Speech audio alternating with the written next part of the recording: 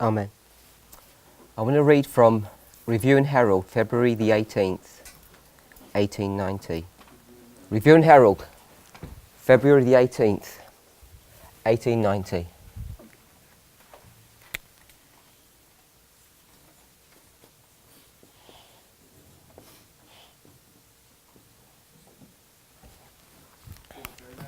I want to just take selected portions and we'll begin in paragraph 1.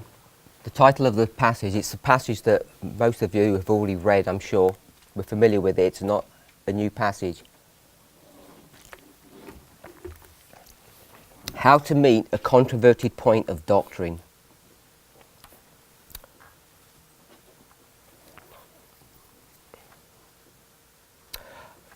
Before I begin reading, people are wondering why I'm taking so long, meandering around, getting nowhere. And I think people, as individuals, aren't realising that there's 25 plus people in this class, which most people can't ever see when they've got if they're watching on the video. And I don't know how many people watch the videos, 100 plus people. And everybody has got their own preconceived ideas, their own thoughts,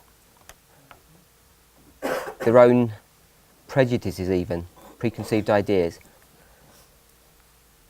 And I'm trying to address people's thoughts, ideas, concerns when I get feedback, both in class and through emails, etc. And so when people think, why is he taking so long? It's a straightforward point. For many people who are listening to these presentations, these studies, walking through, it's not straightforward. So for people who are watching, even in this class, there are still people who don't believe or don't have confidence in what's being taught. So I don't have a problem with that. I just want to make people aware that it's not a straightforward thing. And perhaps unusually, perhaps people aren't familiar to labour at a single point until they can come to some kind of reasoned position on that, instead of just sort of skipping along and doing some surface reading. I'm not advocating one above the other, I'm just saying that's what's happening for those who aren't aware of it. So we're beginning paragraph 1 again. I don't want to read everything. We want to understand the time in which we live. We do not half understand it. We do not half take it in. So that's all I want to pick up from that first paragraph. How do we understand the time in which we're living?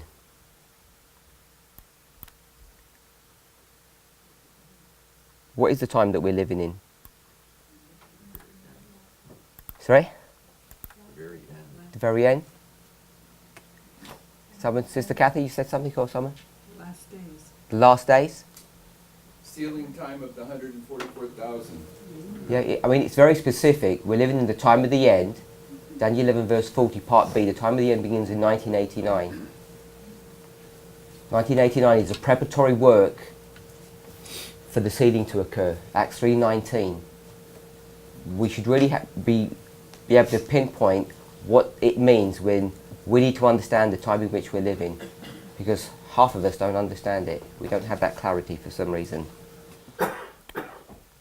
She's going to tell you exactly what it means in the next paragraph. When Christ came to our world, Satan was on the ground and disputed every inch of advance in his path from the manger to Calvary. So we understand about a reform line. We understand the reform line of Christ. Even if we don't understand the intricacies of it, we understand that it was a reform line that we had to understand to make application to our own time. And Satan is on the ground. What does that mean, he's on the ground? Does that just mean he came and tested Christ 3 times on 3 specific issues, or was he on the ground for the whole time? In person or in the person? He's in the person of whom? The church and Judas primarily. Most of the time the state don't get involved. How many times does the state get involved with Christ? In fact, the state protected him. Over and over again they protected him. Even to the very end they tried to protect him. but it was the church's insistence that they get involved.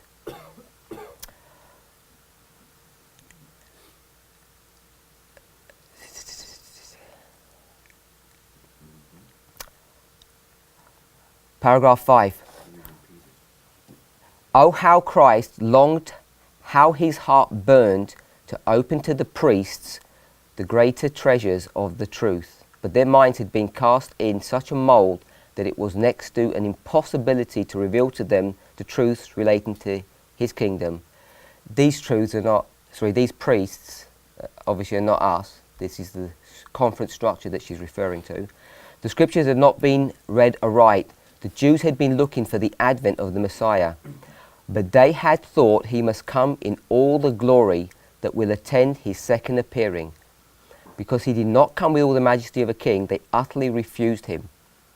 But it was not simply because he did not come in splendor that they refused him. It was because he was the embodiment of purity, and they were impure. He walked the earth, a man of spotless integrity.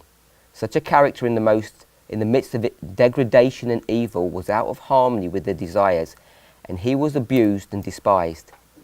His spotless life flashed light upon the hearts of men and discovered iniquity to them in his odious character. So did these people know that he was doing that to them?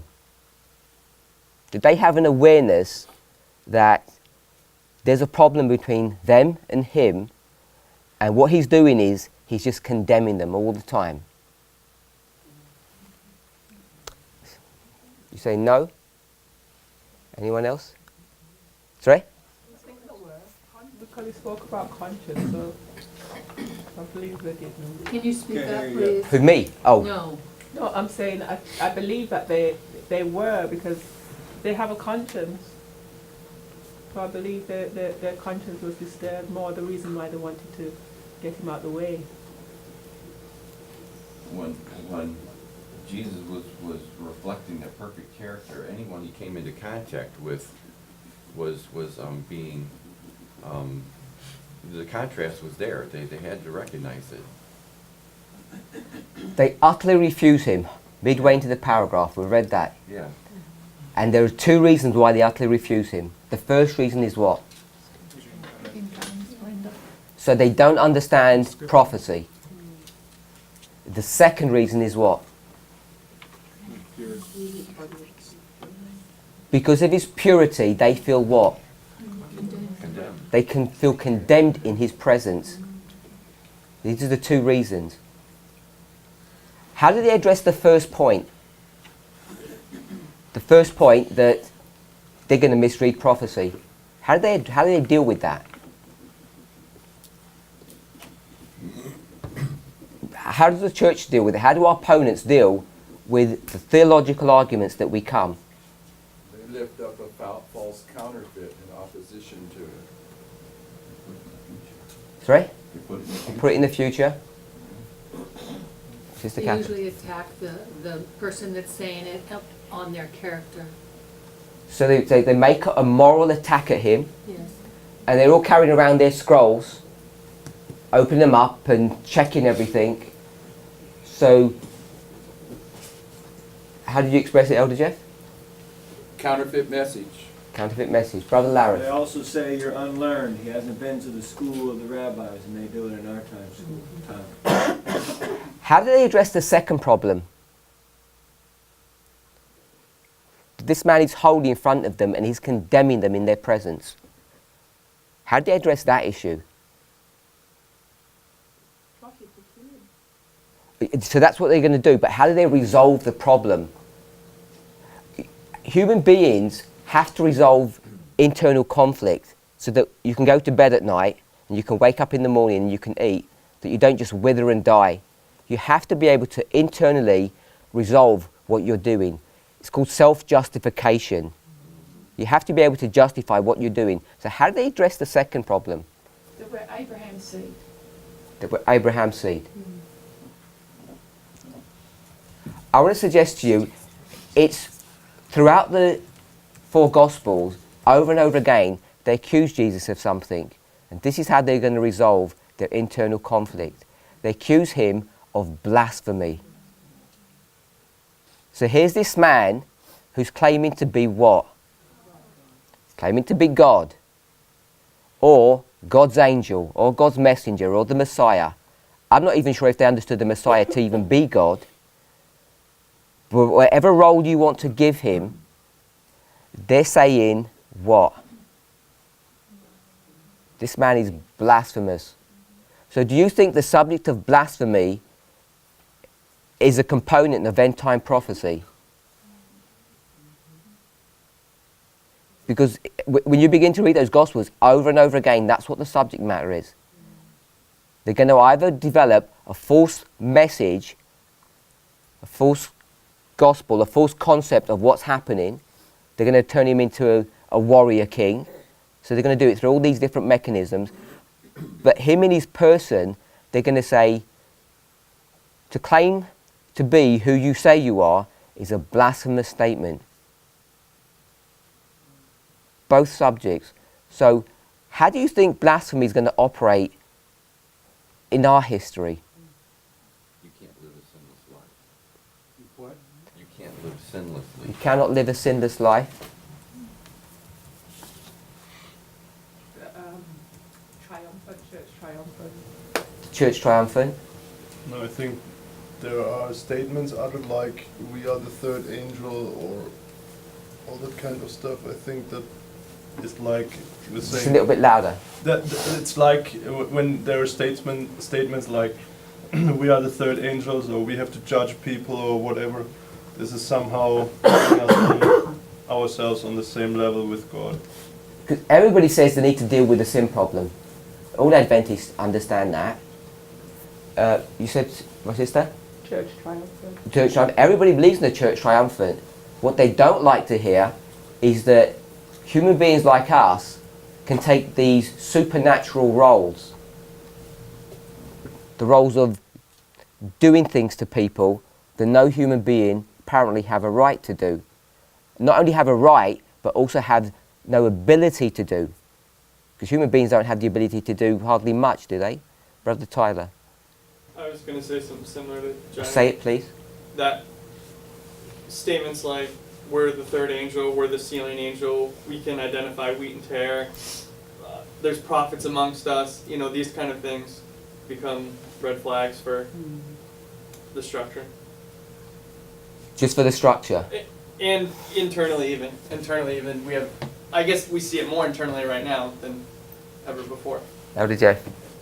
I think the question that might summarize your answer is the question, by what authority do you do these things?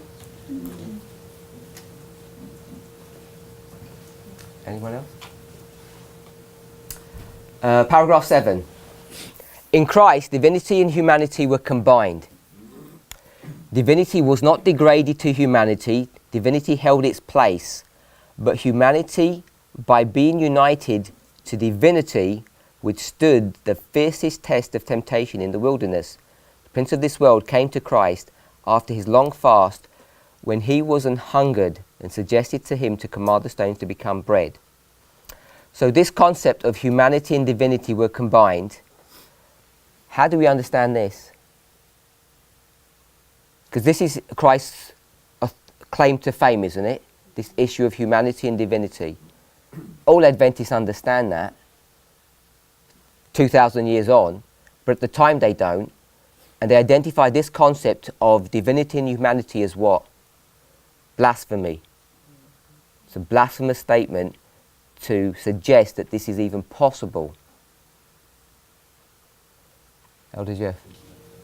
The times that I've looked at the many places where Sister White talks about the combination of humanity and divinity, she identifies a secondary definition to what that represents. She says the combination of humanity and divinity does not sin. So it has to do about putting away sin also. Any other thoughts?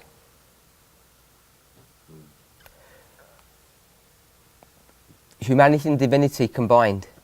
What does that mean to you and me? You and me? Christ in you, the hope and glory? Marriage. The marriage? when I start to eat the book. Yeah, why do we not by default go to Revelation 10, Jeremiah 15, Ezekiel 2? Because that's what we preach, isn't it? Yeah.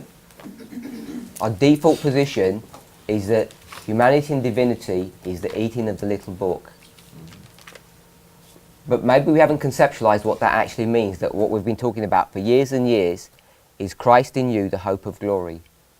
This is the argument that they're having in John 6. Over and over again, this is the issue that they're having to deal with, isn't it? So I don't know if we really believe this. Humanity and divinity combined. If you claimed humanity and divinity combined, what would you be accused of? Blasphemy. So they don't use blasphemy today. They use concepts like, you must be part of the holy flesh movement, thinking that you can never do sin now. You're immune from doing sin. These are all the arguments. Why would they bring these arguments? To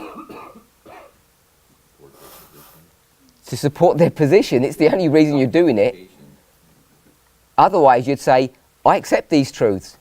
I read Revelation 10, Ezekiel 2. It tells me to do this thing, so I'm just going to go ahead and do it. So why would people resist this? Why would they resist the implications of what this means? Why are you resisting the implication of what this means? Or maybe you don't get it. The problem that Jesus has with this group of people, the problem that we have is in Christ, divinity and humanity were combined. Is this the experience that we claim to possess? As a movement, if you don't want to go for it as an individual, I'm asking as a movement, is this what we claim? Yep. And when do we begin to eat this book? 1989. I was going to preempt him by saying, don't say 9/11, because it's not 9/11.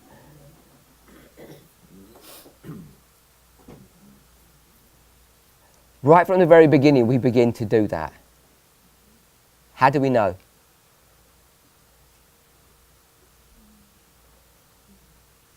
Some justification for that.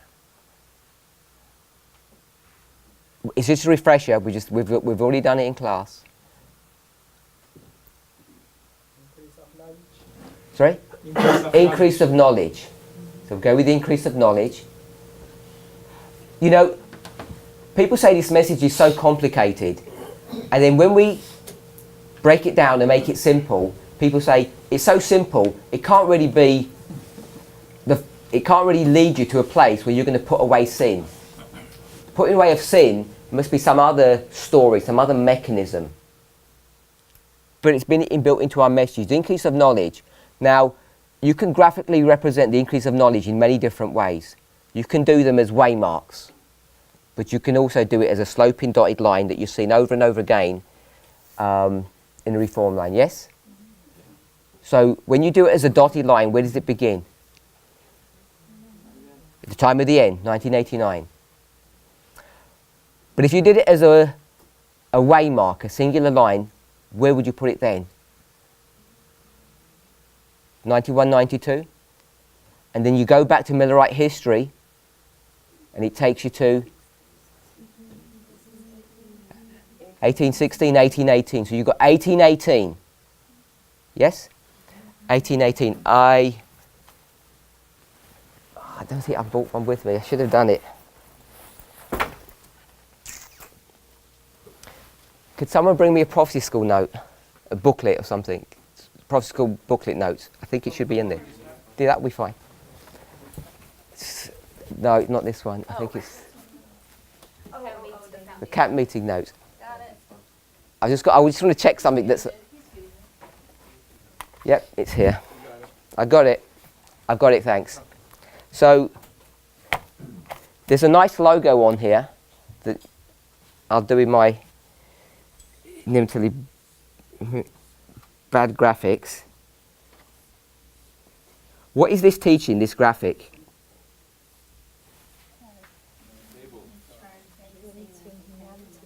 Sorry?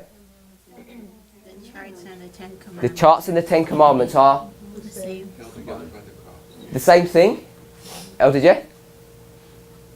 They're symbols of the covenant relationship. They're symbol of a covenant relationship. So are they on an equality, on the same footing? Yeah?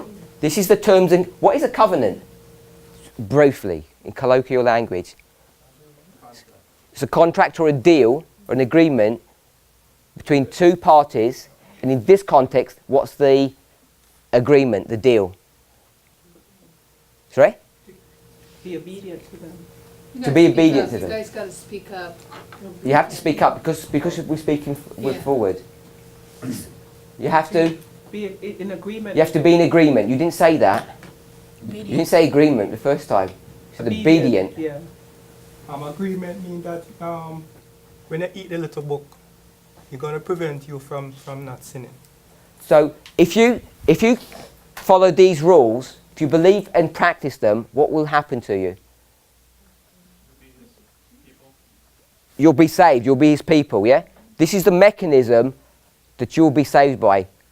Keep those laws and you're going to be saved. I don't know why people have an objection to that, but if I say that, people are going to start emailing me and say, you don't be saved by keeping the law. But that's what that means. The terms and conditions of our agreement is if you do this, you'll be saved.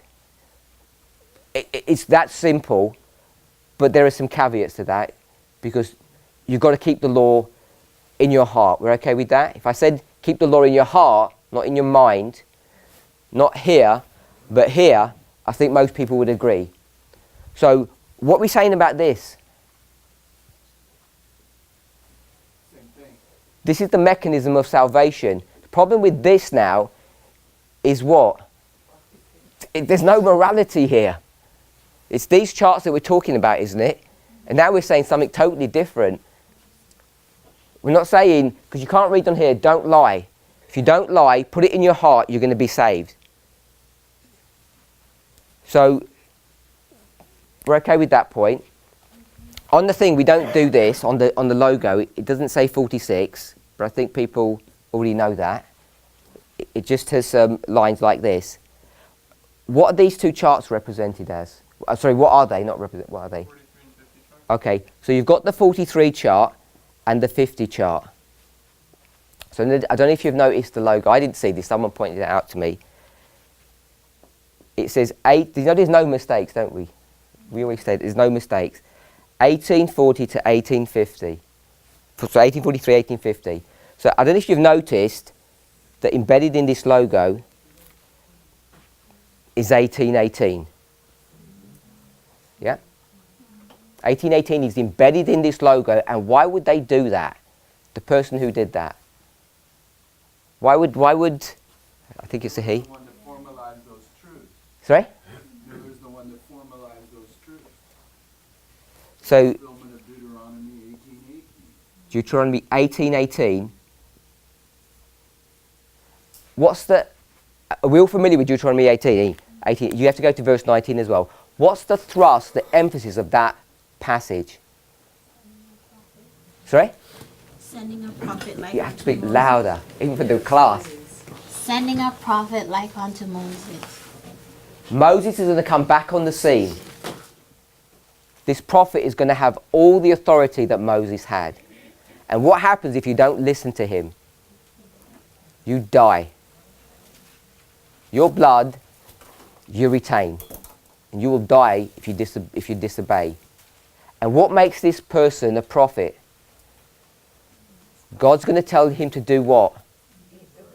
He's going to say, you need to eat these words.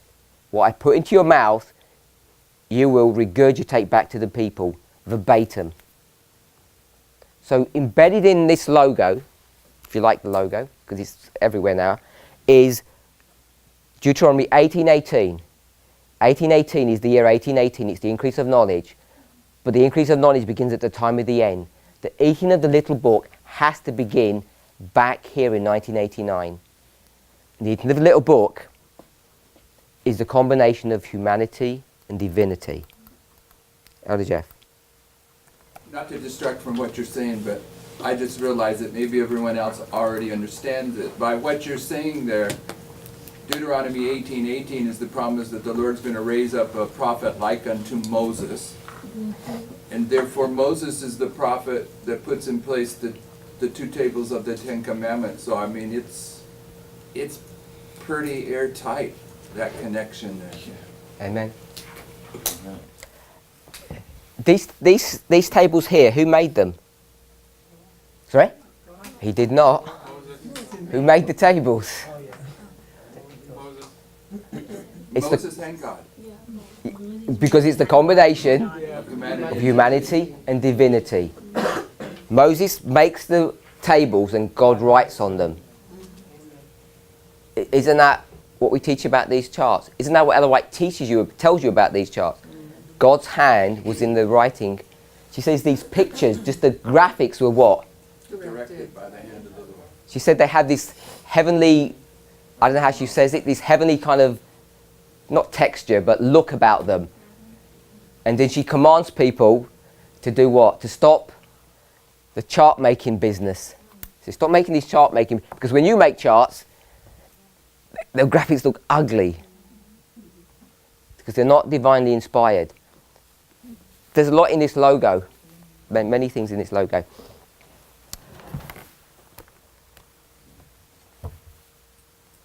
In Christ, divinity and humanity were combined. We teach this, but we teach it at an intellectual level, and we know that the ceiling is what? Settling into truth intellectually and spiritually.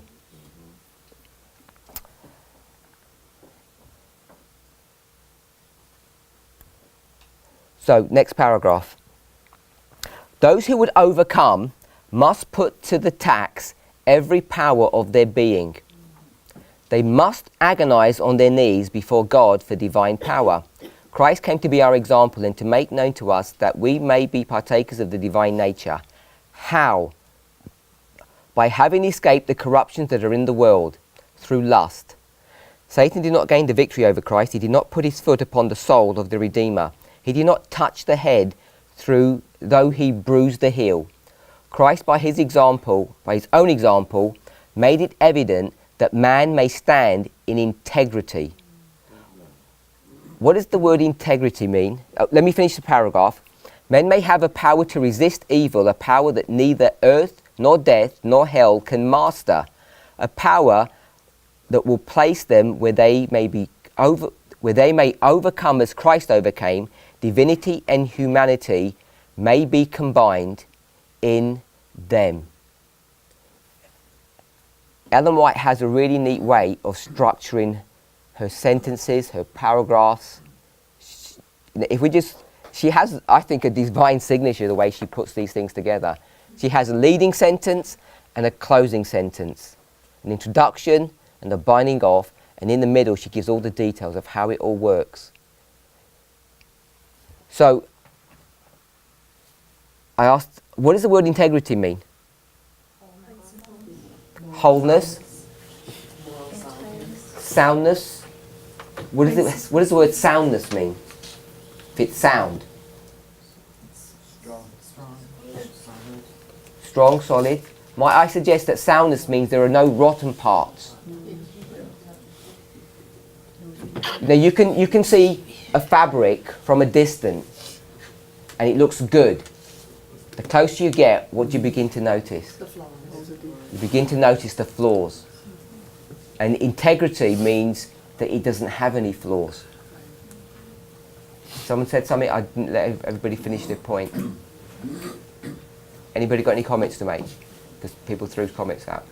So this concept of integrity means there's no rotten parts. So you've got an apple, which looks really nice, from a distance. When you pick it up, you begin to see small bruises on it. That apple does not have integrity. Christ, by his own example, made it evident that man may stand in integrity. What does it mean? Christ made it evident.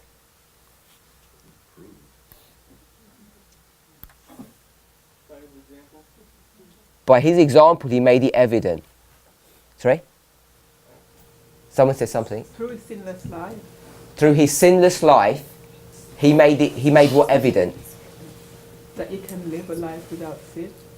But his sinless life wouldn't in and of itself make it evident, would it? What's evident at the back of that? He took on our nature. It was a combination of humanity and divinity.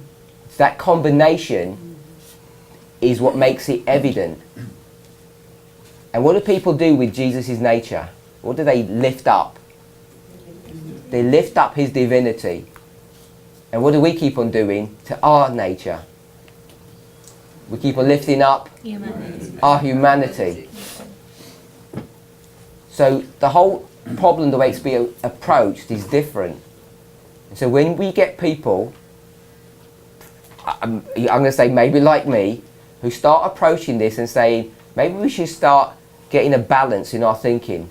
Start talking about divinity.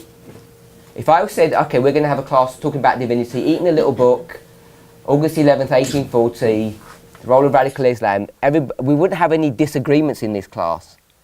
But if I start saying, let's talk about divinity and the ability to be divine, to take on the divine commission of doing, not the divine commission to be saved, the divine commission to do things like Brother Jonathan said, we claim to be able to do, or claim that we should be doing, people accuse you of what?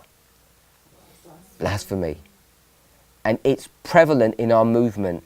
And I don't even just mean the people who oppose us. In our own movement, the people who claim to be on the right side of the argument, Raphia, Panium, all of that stuff, they're looking forward to organisation. They're struggling with this concept that we want to talk about divinity, and it's kind of like this no-go territory, no-go area. So Christ, by his own example, made it evident that man may stand in integrity. This argument has raised to Adventism for decades, long before I think each of us were ever born. What was the nature that Christ came in? And my response has always been, it doesn't really matter what nature he came in. As long as you believe that whatever he came in, he was an example to us. And the principal thing that we do know about his nature, he was a combination of the human and the divine. And if we could just take that concept, he was a combination of the human and divine, and his example makes it evident, proves that man may stand in integrity. When we stood on that holy ground, that's about all we'd need to do. And I think it's far more fruitful ground to investigate our own humanity than investigating Christ's humanity. Because it's like talking about someone else, third party. Let's talk first party. Do we have to delve into his nature? I'm pretty sure we have, and I have done that occasionally. But this is the approach that I've taken. We can talk theoretically about Christ all we want to, but it doesn't really help. Brother Bob. It was already pointed out in the passages we've read, but you go to 2 Peter chapter 1 verse 4, and you can lead up to it, but 1 verse 4 talks about it, by these exceeding great and precious promises, that ye might be partakers of the divine nature, having escaped in the past tense the corruption that is in this world through lust. So we're told that in Matthew 11:28. Jesus is talking, 28 to 30, he's talking about yoking up with him. You have to yoke up with him, with his divinity. Any more comments? Man may have a power to resist evil, a power that neither earth, nor death, nor hell can master. What does it mean, can master? Does it mean that they can't copy it? The word master here means overcome. Hopefully we all can read that into that word. It means to overcome. It doesn't mean that they can mimic it or produce it. They can do it. It means that they can't overcome this. And what does that mean? What is earth? A power that neither earth, death, or hell.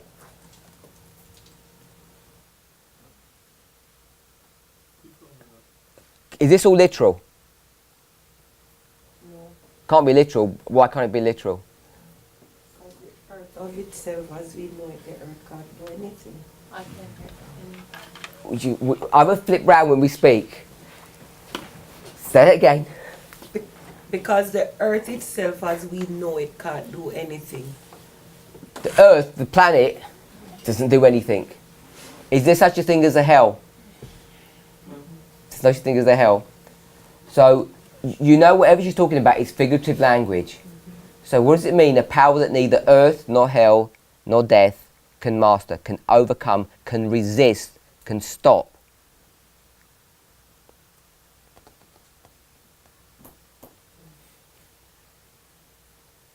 Anybody?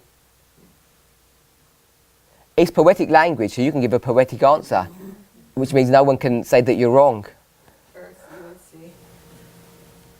Earth is USA. So you can't object there because it's just... What is Jeff? Earth is humanity. Hell is the demons and Satan. And the other one is your own personal. Threefold union. Your own personal... Fears or weaknesses. I forgot what the other one was. How did you say it? Earth, hell, and what? Yeah. Earth, death and hell. Okay, so death being the human fear, a personal human fear. So humanity, human beings, cannot stop this happening. Demons cannot stop it happening. Do we believe that? Demons can't stop this happening? Yeah?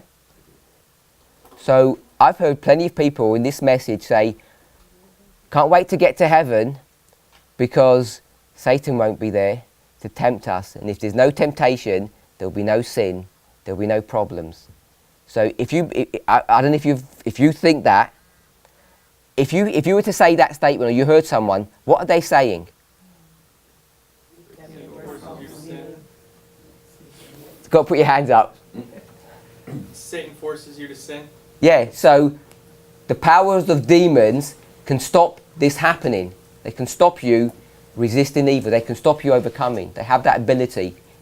If you think that the reason we're doing wrong is because we're surrounded by Satan and his influences. You shout, is that something? No, it's fine. Sorry? I'm No, saying it's fine. it's fine. Yeah, sorry Ben, repeat it, what you're saying. I don't even remember. You don't remember. Sister Shamila. Principalities and powers. Sorry? A little louder. Principalities and powers, she says. Yes, this is demon. And death.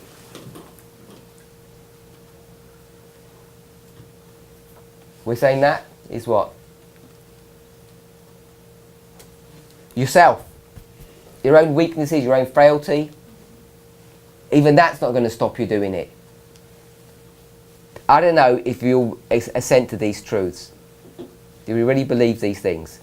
Repeat the definition again, please. So, we've got human beings, we've got demons, and we've got ourselves.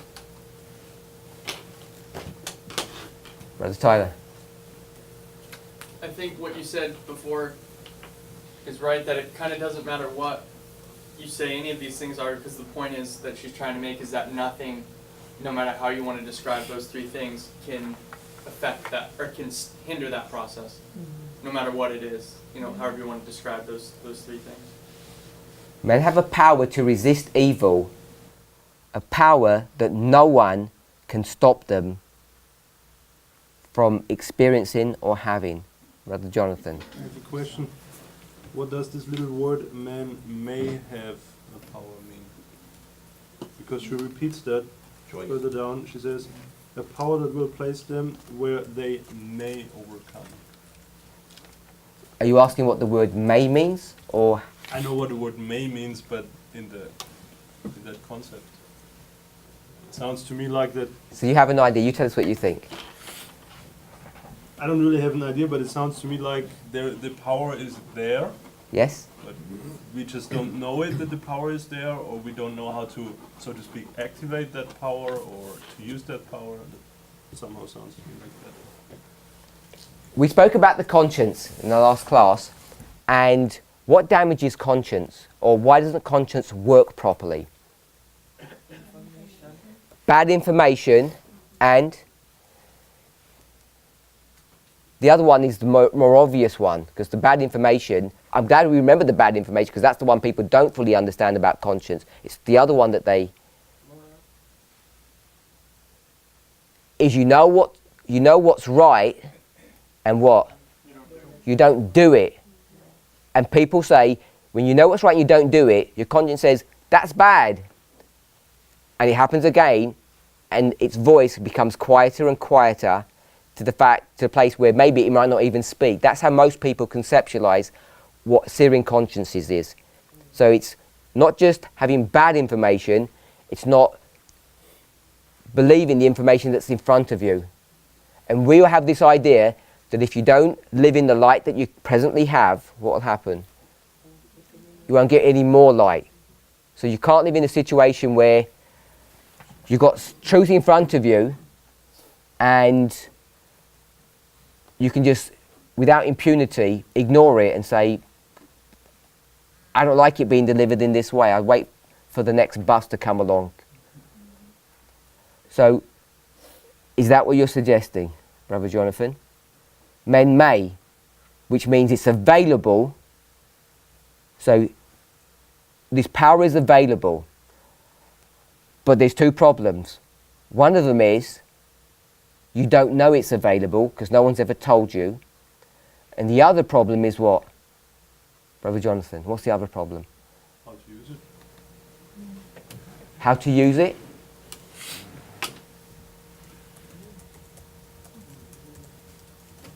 I mean, if I don't know that it's available, first of all, I need to know that it is available, and then maybe how I get it. But if every man has it, I would say.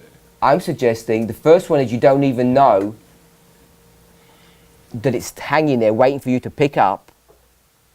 You don't know that it's available. And the other problem is, anyone else? You ignore what? The internal signals saying that you need to do this, you need to use that information. So if I say the power to resist evil is Daniel 11 verse 40, what are people going to say to that response, or that solution? They're going to say what? Yeah. It has Nothing to do with it. They say that is not the way. There's no power in that. So when it says they may have power, the reason they're not going to get that power is either no one ever told them, or when they tell them this is the way, walk ye in it, they say, they're doubting, they're saying this isn't the way. When they say we will not, why are they saying we will not? They don't believe this is the way to get to the place that you need to go to. Brother Tyler. This would be equivalent to those who step off the platform and examine it and say, this is a bad foundation or a bad platform. Equivalent to the path, this is a wrong path. It's a lack of belief. They're not believing that this is the right way to do it. Does that address your question about may?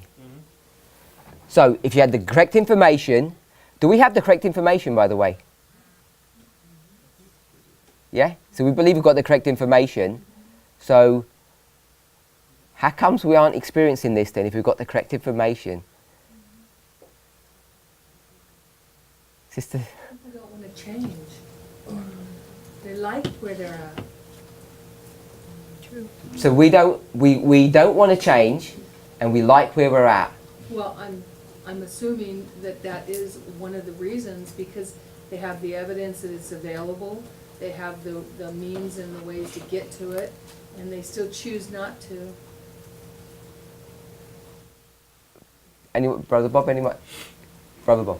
I think that the very fact that someone would even step out and think that, even though we know it's available and we understand what it is because of the persecution that comes with it. I think that there's people who are wanting to not go there because it's not something that's widely accepted. People want to make sure it's accepted first, and then they're going to get involved.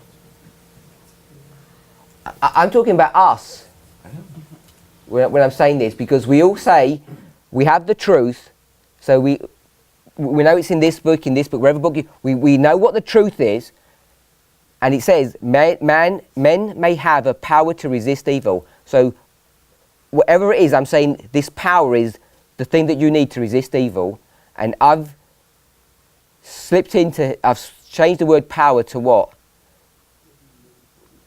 I gave it as Daniel 11 verse 40. Do we believe Daniel 11 verse 40 is the power to resist evil? Yes. Put your hands up if you're not sure.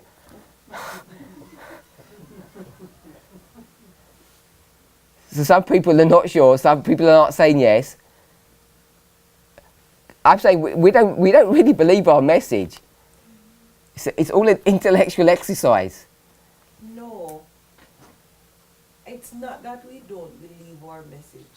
Or I agree with what Jonathan said at first, in that he said that you were not taught how to use it. So for me, it's a new concept. Daniel 11 verse 40. Not Daniel 11 verse 40, but the concept of, and I know we have always spoken about divinity and humanity, but how it is now broken down and the way that the incarnation is being presented, and the concept too that it is prophecy, Daniel 11:40, that gives you that victory, it places my mind in a place where I'm saying, huh? So you don't believe it? No, I do believe it, but it is a slow realization, like you're just waking up to a reality that you did not know was there. And then you're waking up to it, and you're like Zachariah. You're in confusion, you're like, where am I, what is this, and what are you saying? And for real, I feel like I need to know, acclimatize myself to understanding what is this. So you're waking up out of sleep, you're acclimatizing yourself, Yes. and all of those are definitions of believing. They sound like you're dragging me backwards to make me believe this thing. That sounds like total unbelief. No, well, I guess if you look at it as unbelief, I'm speaking for me that is how I feel. Like, this was there all along. I never saw it, and now it is here. What do I do with it? I want to move forward with it, but how? And Okay. it just sounds like... No, I understand that.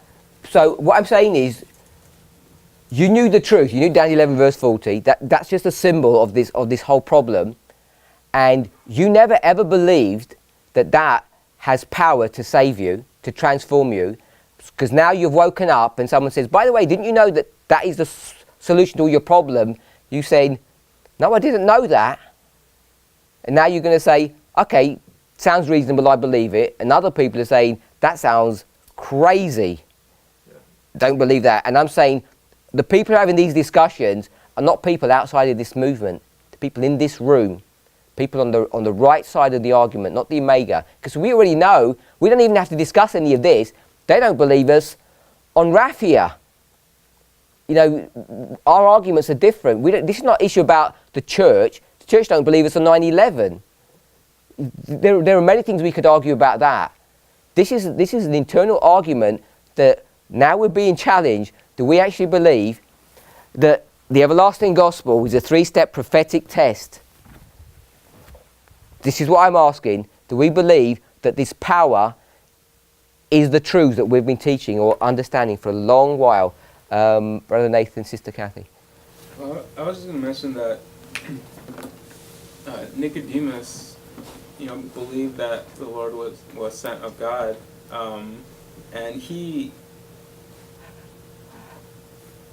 remained in the Sanhedrin in order to help Christ where he could, where he was able to. But then Ellen White makes mention that it took him seeing Christ upon the cross in order for him to understand that the Son of Man must be lifted up so he could draw all the world unto him. So the point that I just wanted to make is that some people can see the truth of these things, but self hasn't been crucified yet. So there's a conflict going on that we're trying to understand. Just what the words of Christ is, what they mean, and what we're supposed to do in our lives. So if I can distill everything that you've just said, Nicodemus is under conviction, but like Thomas, someone who doesn't have enough faith to follow the principle, believe because it's written. He doesn't believe that. He has to see with his eyes. So I'm not having a go at Nicodemus. He is what he is. Each of us are who we are what we are. But if you're going to use that model, then you're saying that Nicodemus, and you know that if you go to John chapter 3, he's not even converted. He's running through this whole reform line and he's not even converted. And what's he doing? At the peril of his own reputation, he's protecting the movement. In his own little way, he's hammering a few nails in, keeping the floodwaters back so that Christ can do his thing, and he's not even a converted person because he's under conviction. It's only when he sees, I'm not even saying you're correct, but if you just go with your logic, when he sees Christ on the cross, he says, okay, I'm fully bought into this concept. Now he's willing to go through everything. Now he has integrity. Because before, he has guile. So now he has integrity, and I'm going to say at a simple level, now he's a converted person. Born again, however you want to describe that, if you're going to bring a moral framework into it. So we can have plenty of people today who don't believe this message. They're under conviction this is the true message, and they're waiting and waiting to see something. And these are not Levites, these are priests. And if you're in that condition, you cannot be experiencing this. You cannot be experiencing this. Men have a power to resist evil. Because you're looking at these things and you're saying, I feel convicted that they're right, but they don't have power over you to change you. And you're going to wait and wait to see something. And I'm not saying you're going to die if you do that. You may or may not die. But I want us to recognize Nicodemus is in a bad place. He's not doing what the other 11 disciples did. Regardless of all their idiosyncrasies, they looked at Jesus, especially Andrew and John, when they first saw him and John says, this is the Messiah. They didn't ask, he's wearing the wrong clothes. He doesn't have a sword or a crown. They just accepted it by faith and said, this is the Messiah, we're going to run with it. And Nicodemus wouldn't do that. So this movement's big enough for lots of different groups of people.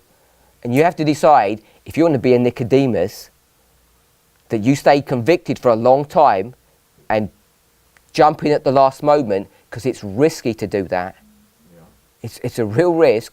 Or you do like those disciples, and from the very beginning, you say, I'm a fully paid up member. I'm going to really believe and experience this. Sister Kathy, then Sister Shamila. You had your hand up before, didn't you, I think? I'm sorry, it was a while ago. I just wanted to ask about the power here that's mentioned in this paragraph.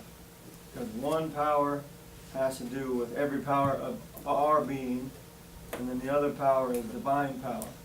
Yes. Mm-hmm. So, I found a quote in 5T120 that says, conscience is the voice of God.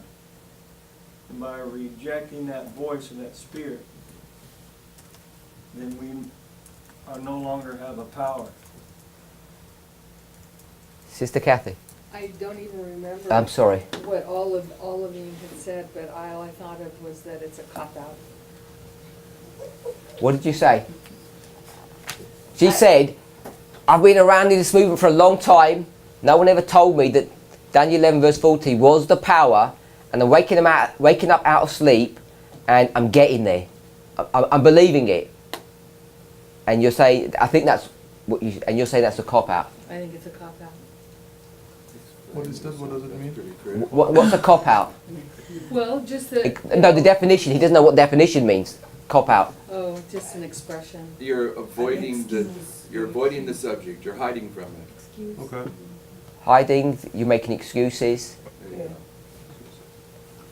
We do that as human beings. We like to have excuses why we are not coming up to the highest form as God would expect priests to be, and that we're gonna have to be. And I think we like to excuse ourselves away.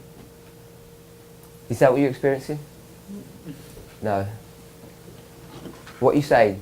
You're saying that that truth that you're speaking about, you didn't think it was that truth that could have this power. You thought that truth was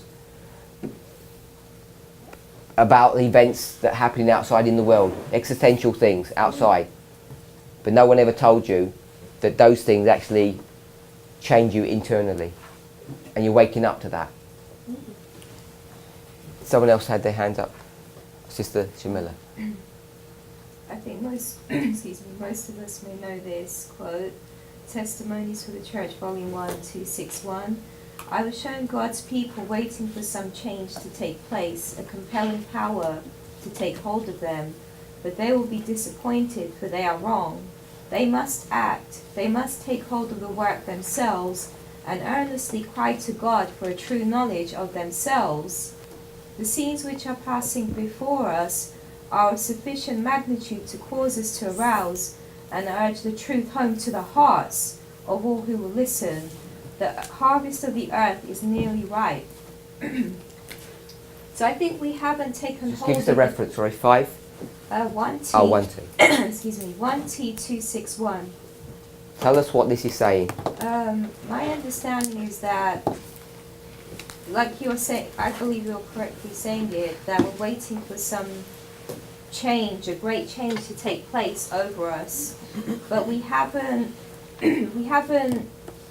taken hold of the work. It says they must act, they must take hold of the work themselves, and earnestly cry to God for true knowledge of themselves. I think we haven't even been able to see our own sinfulness, let alone take hold of the truth. I think the sin is still there. That's why the truth hasn't taken hold of our hearts. Is sin a thing? Sorry? Is sin a thing? It's not a thing, Okay. but it's just we haven't been able to grasp a true understanding of what sin is. That's what I understand. I don't think I have truly understood what sin is, and that is something that is creating a barricade to allow the truth to come home. Excuse me, truth to come home to the heart. It hasn't come into the heart. That's what the problem is. Okay. It's just Quickly read the intellect. passage again, because I want to make a comment on that. So Read that it again. everybody listen, because that passage is in contradiction to this passage. Read it Which again. passage is it in contradiction to? Paragraph 8. Men may have a power to resist evil. This one that we're reading here, just this one paragraph. It's saying something different to what... Repeat it. Bruce, read that. I was shown God's people waiting for some change to take place, a compelling power to take hold of them, but they will be disappointed, for they are wrong. They must act, they must take hold of the work themselves, and earnestly cry to God for a true knowledge of themselves. The scenes which are passing before us are of sufficient magnitude to cause us to arouse and urge the truth home to the hearts of all who will listen. The harvest of the earth is nearly ripe. Okay, so I know it's difficult to do when you don't hear in front of you. She's setting up a dynamic, Sister White, of a present and a future thing. So, what's the present one that she's picking up? People can remember some of the comments that she made. They're not taking hold of the work. Okay, so it says work. Present work. Waiting for a change. I'm asking what's present. Right, I thought that's what she Waiting. said, that men are waiting for a change to happen to them. Presently, they're waiting. Okay. Okay. The waiting. Okay, oh no, I don't think that's going to work. I'm asking, okay, so I could just put waiting if that's what you... Is that what you're saying? Waiting. essentially. Okay, so I'm going to take that out because the whole purpose of this is what? Change. This is the subject of this is change. What's in the future? What did she say is going to happen in the future? Compelling power. Power. There's power in the future, and there's a harvest in the future. And what are the people? They want to. Everybody wants to have a change. Yeah. And what's going to change you, according to this passage, that the people are believing? The future power is going to change you, not the present. Not the present work. That's what that's saying. That's different to this passage here, because here. No, it isn't. Is it? They're saying that's what you think. Yeah, She she didn't say said that. sorry. They're not in contradiction. She's saying that they must take hold of the work. So the work is already. The work is not the power, and the power is not the work. Because the power is in the future, and the work is in the present. That's why I've set it up that way. So this word power here can't be this word power here. What is the work then? Well, let's break it down. That's why I'm trying to. Let me do it then. Men may have a power to resist evil. Is that present or future? So this passage is saying there's power here.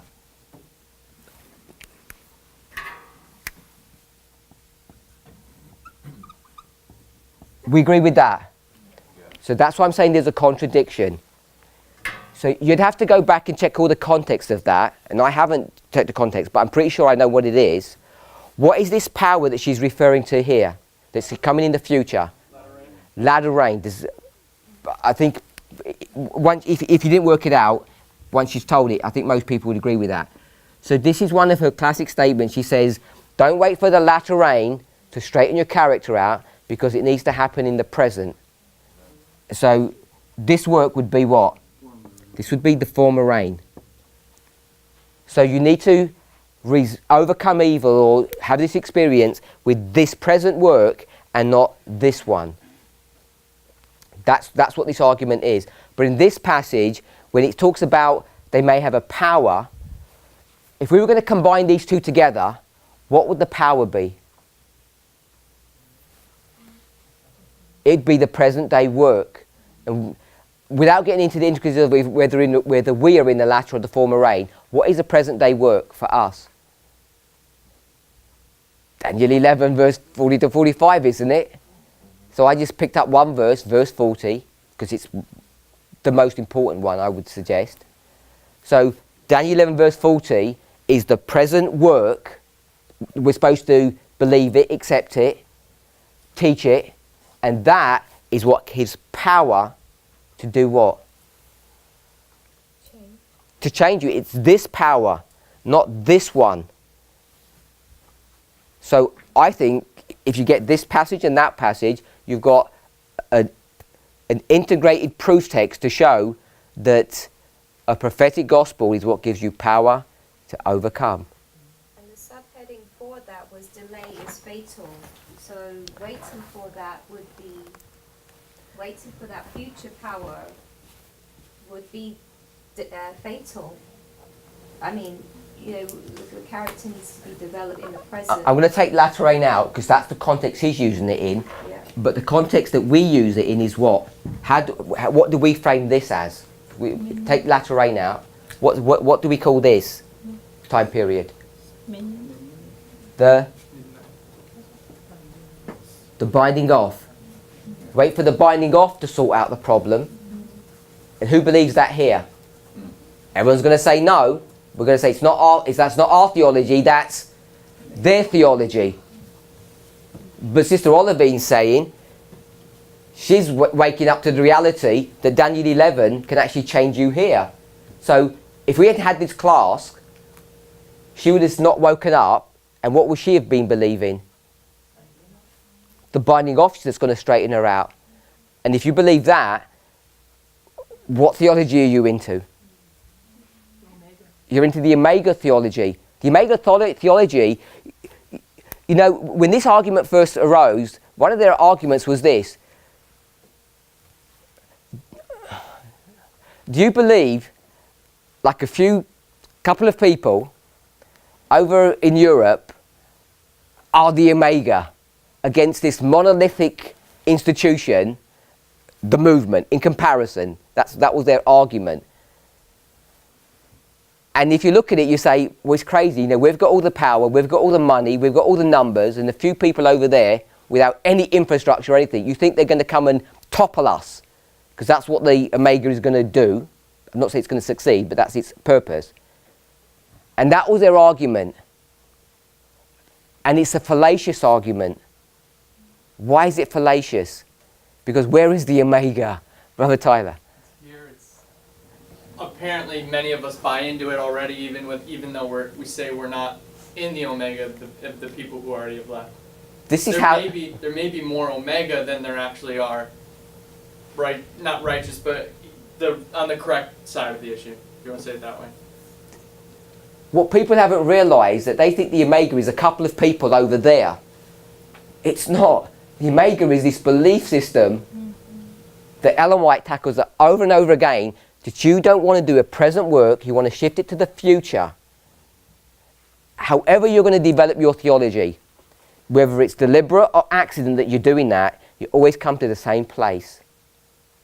If you're not going to do a present work, if you're not going to see, this is not raffia, is it?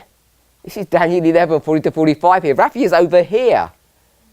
And we think by studying raffia, everything's going to be okay. And this issue came up a while ago when raffia, or the binding off, became the hot, interesting topic, because people think they're going to be saved by the binding off message. Someone has to stand up and correct them and say, you know, by the way, we're in the second angel, not the third. I hope we all know that. And maybe we should be focusing about second angel theology, not third angel theology. And second angel theology is all of the stuff that we've been doing. The foundations, again, all tidy, all sorted out. Elder Jeff. I just want to agree with you on a point, just a minor point in how I'm conceptualizing your cluttered work up there. But at the same time, I'm going to disagree with you. I'm saying the present work is verse 40. The future work's verse 41. And you just said 40 to 45. I think it's verse 40. Yeah. I said that because of my lack of integrity and my fortitude to stick to my own guns, basically. Because I didn't want to stick to my own gun. Because we all know it's why? Okay, let me ask this question, because I think I agree. Why verse 40? Why can't it be verse 41? Door closes at verse 41. Elder Jeff can't answer because it was his premise. Someone else has to. The Sunday law is 41. No, it's not. Isn't it? When he enters into the... Okay. Is it? Okay, well go with that then, Sunday law. Anyone else? Probation's closed. Sorry? Your probation's already closed. Because your probation's already closed. Before the last 9 months or so, as a movement, where did we say we were? Sorry? In between. Is that what you said? In between, we said we're in between verses 40 and 41. Yeah? So we got away with it for a long time. Maybe we were like Zechariah, you know, oblivious to what we're saying. So if I were to say you're in Christ or you're out of Christ, which is the good place to be? I mean, it's not even good, it's essential, because it's the destined to be out of Christ. So this movement, should it be in Christ or out of Christ? In Christ. Christ is what? In Revelation 10, what is Christ? What's the symbol for Christ in Revelation 10? Okay, so the point I wanted to pick up, it's the little book. Yeah? Because most people are going to default to say it's the angel, and they're going to separate it. They're both symbols of the same thing. They're both a symbol of Christ, and you're supposed to eat it. Yes?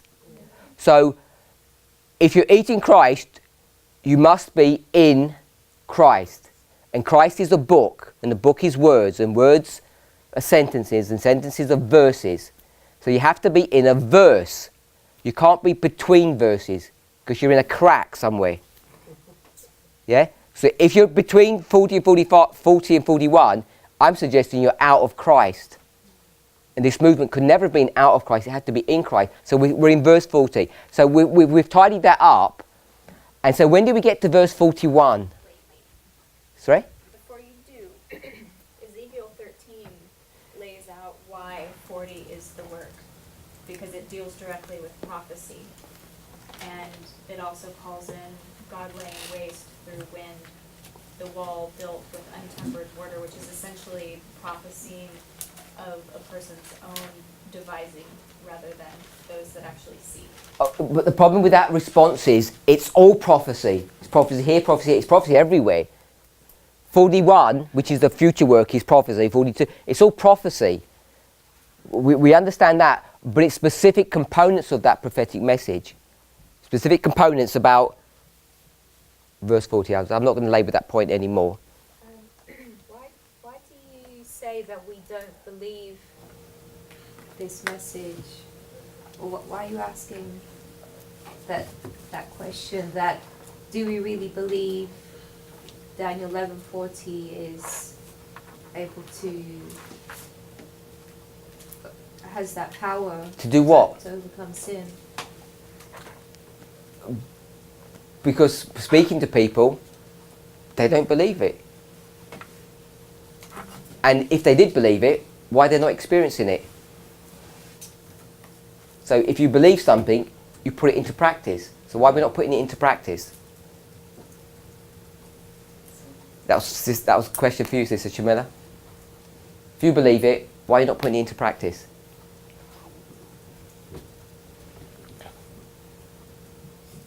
Did you want to comment? It's a direct question to you. So I want to comment. If you believe it, like you said you just did, why are you not putting it into practice? I'll tell you what the other people are saying. The other people are saying, I'll put it into practice tomorrow, but not today. And why are you not putting it into practice? I'm not trying to suggest you haven't. I'm saying this is a theological discussion between you and me. It's not personal, so that we're clear. I'm not attacking her or saying she hasn't or she's sort of doing sin and all this kind of stuff. It's just a theoretical conversation. Why are you not doing it? I think maybe I probably don't believe it as I should. That's what I just said. Yeah. Elder Jeff, then Brother Nathan. I believe it in my mind, but I don't believe it in my heart. Yeah.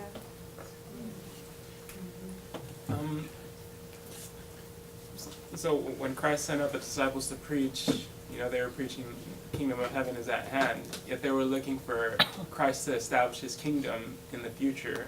So and to the point that you were making earlier. Why did you mention that? What's that point of that verse, or is it connected? You're going to connect it them? was connected. Okay. But it's just that there's a lot of preconceived ideas that a person has to overcome, throughout their life. And in the example of the 10 disciples, or Nicodemus as well, I think a person can make a reasonable assumption that John realized pretty quickly that this is the Messiah, and the work that Christ intended to do with him happened pretty quickly, where Peter denied him at the end, and Nicodemus even passed that at the cross. So you see examples of every kind, which you Okay, so you're saying it takes, how did you frame it? It takes people some? It takes time. It takes getting rid of preconceived ideas. Preconceived ideas. So I'm wondering if Sister Kathy's going to put her hand up and say, that's a cop-out. Because you just said what Sister Olivine just said. Well, I'm not using it as excuse. I'm saying that you. She wasn't excusing, Yeah. but Sister Kathy said that's a cop-out. Sister Kathy's wrong.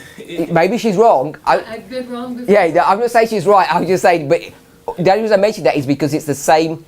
It's maybe more articulated or better articulated, but it's the same thing that Sister Olivine saying. It takes time to get used to this.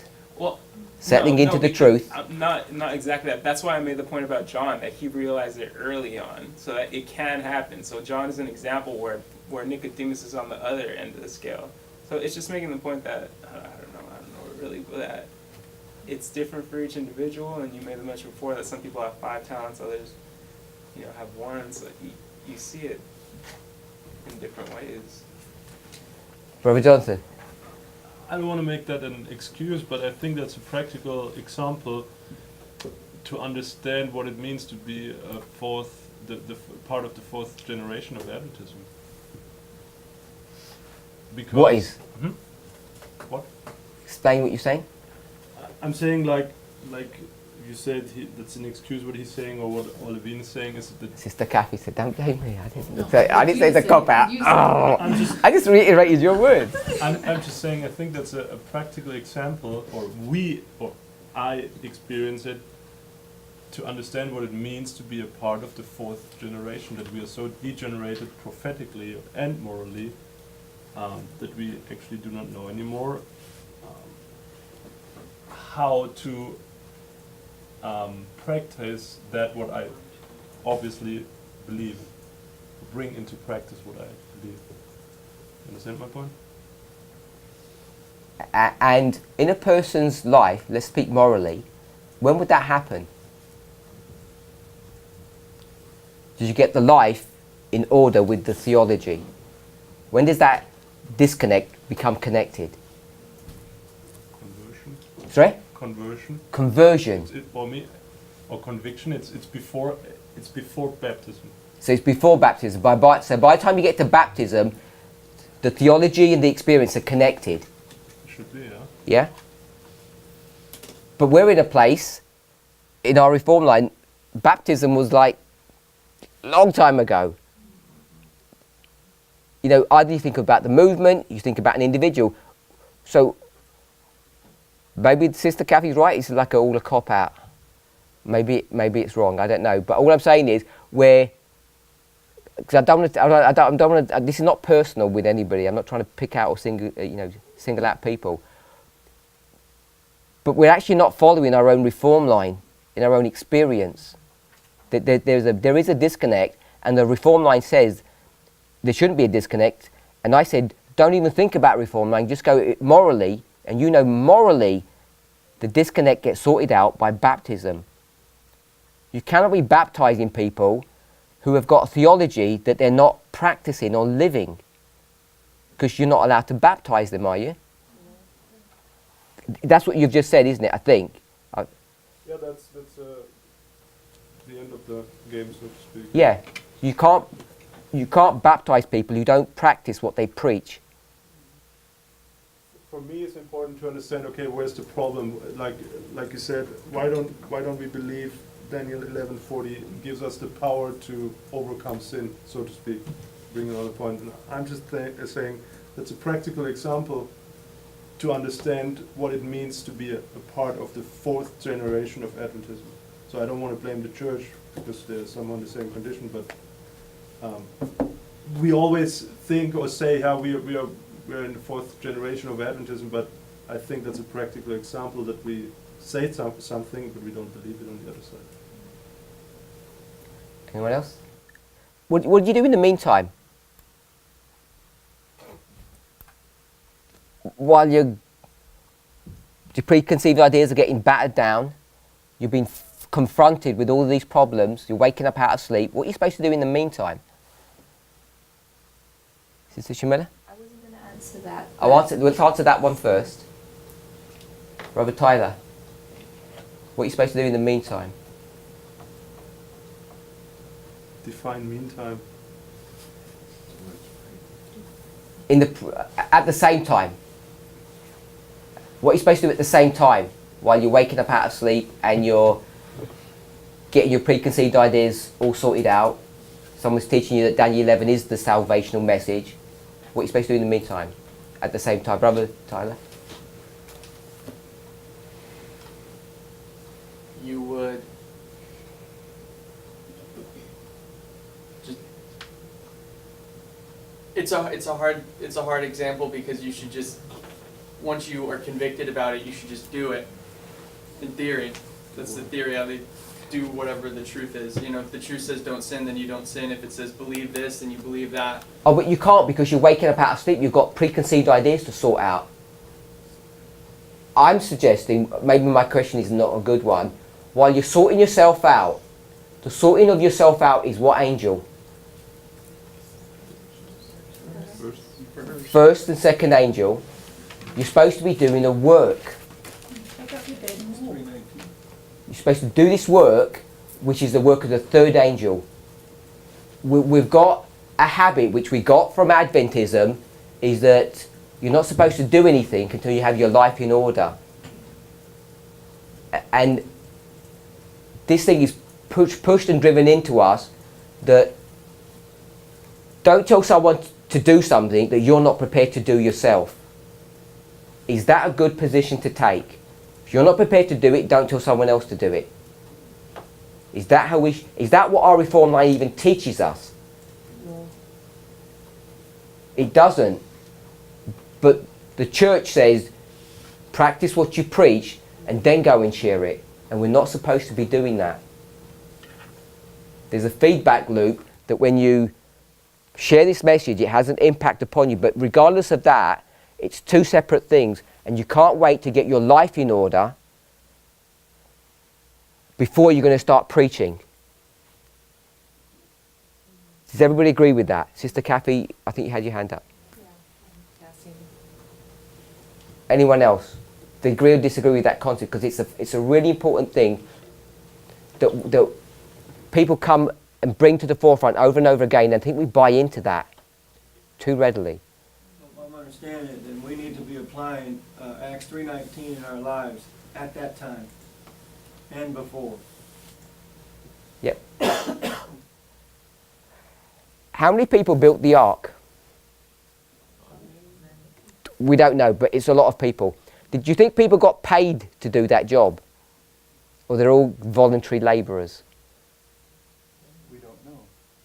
So if I were to say to you, the ark is the temple, just another symbol of the temple, and the first temple was built by what kind of a labour?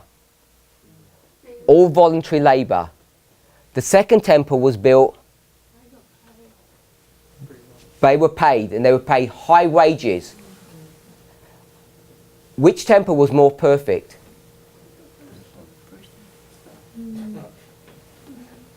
How many temples are there? How many temples are there? It's only one temple. It's repeat and enlarge. It's a repeat and enlarge story. There are not two temples, only one temple. So you know the temple is built by voluntary workers and also paid workers who do it for what reason? You got the free will people, good. The other people, Hiram, what's he doing it for? Money. Filthy lucre, he's doing it for money. And everybody's going to know 3,000 years down the road, who's the best architect, who's the best builder that's ever been here on planet Earth? Hiram. I mean, his name is embellished now in sacred history. The best builder that ever was. And what's his driving motivation? Fame and fortune. And so, We know this? We sorry? know this? Yep, He wanted more wages. yep. He creates a whole... Because a man is worthy of his hire. He wasn't satisfied. I'm not arguing about a man is not worthy of his labour, but our original premise is that the temple, the sacred building, should have not been constructed by filthy people. Shouldn't be done for money. Should have been done in the free will. And the example was set in the history of Moses. But when Solomon comes, who's had this really bad education, doesn't know his left hand from his right hand, he's a really bad person, bad king. He's going to design a system where he's going to get people to build it for money. Because he's going to use a worldly system to get his temple built. So I'm not interested about the morality of that. That wasn't the point I'm trying to make. The point I'm making is, which temple was the better temple? They're the same. They're the same temple. His corruption did his corruption get imprinted upon those stones? No. So you've got a corrupt worker building what kind of a temple? A perfect temple. So this concept about, I think I asked you to look at it a while ago, you have the bride and you have the guests. So who's the bride in the story that we've just spoken about? Moses' workers.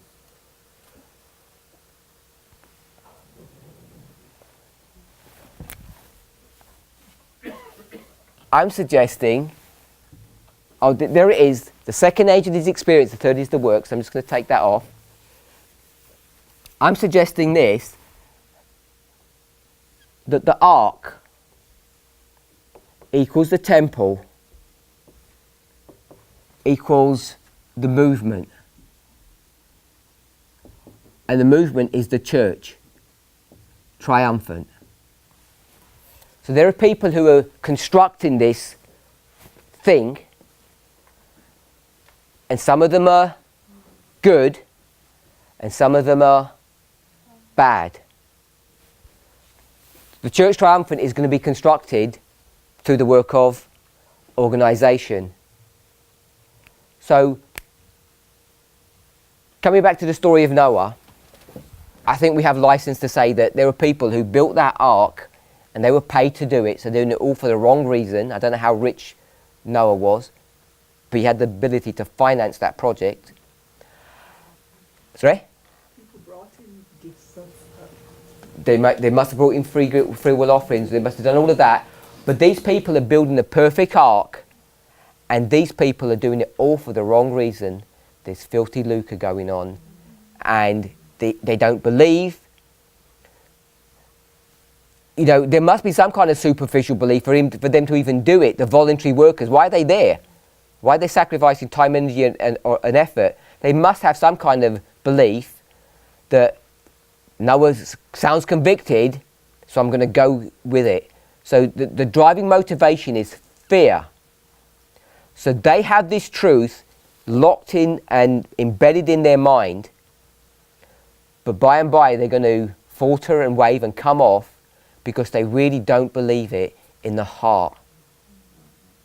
And then you only get 8 people who end up doing that. Brother Tyler.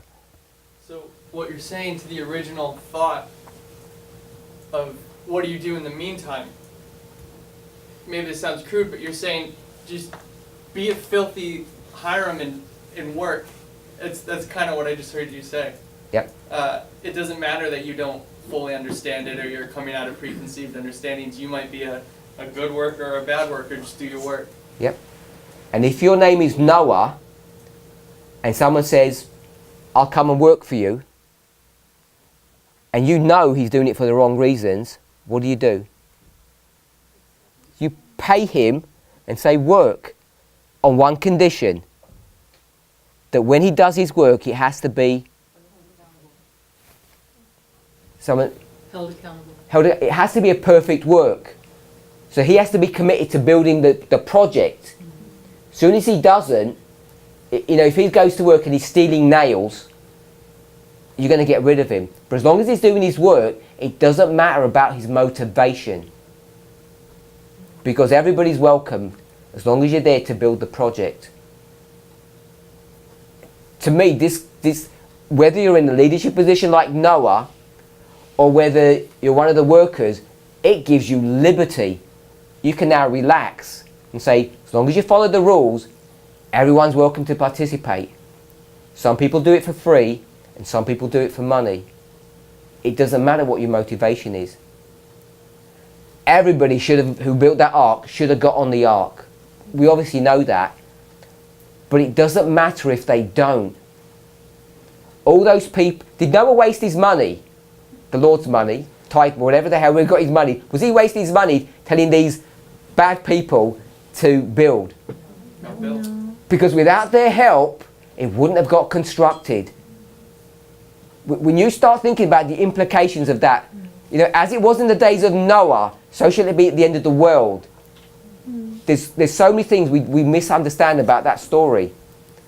So when we see how our own movement is operating and functioning, the organisational aspects, the financial aspects of what we're actually constructing, there's room enough for plenty of tears to be in this room, just as long as you don't rock the boat.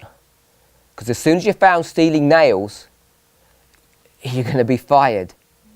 But if you just carry on plugging away, you can be here for the wrong reason, doing the right thing all the time. It makes no difference, just as long as you stick to the project. I want to skip down to verse 16.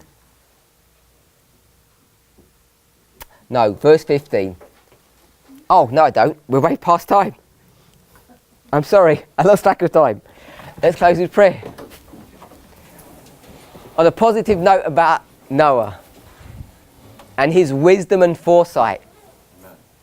Heavenly Father, we want to thank you for your goodness and mercy. We want to ask and pray, Lord, as we consider the work that we're here to do today. Lord, whatever our reasons for being here, may each of us do a faithful work, that we would put in a peg, cut a piece of wood, put it in place into this movement that is sound and without fault. We know it's your hope, Lord, that these workers, us, are saved. But even if we're not, we know that the work that you have accomplished will be brought forth to the end.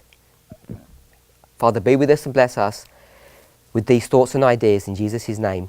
Amen.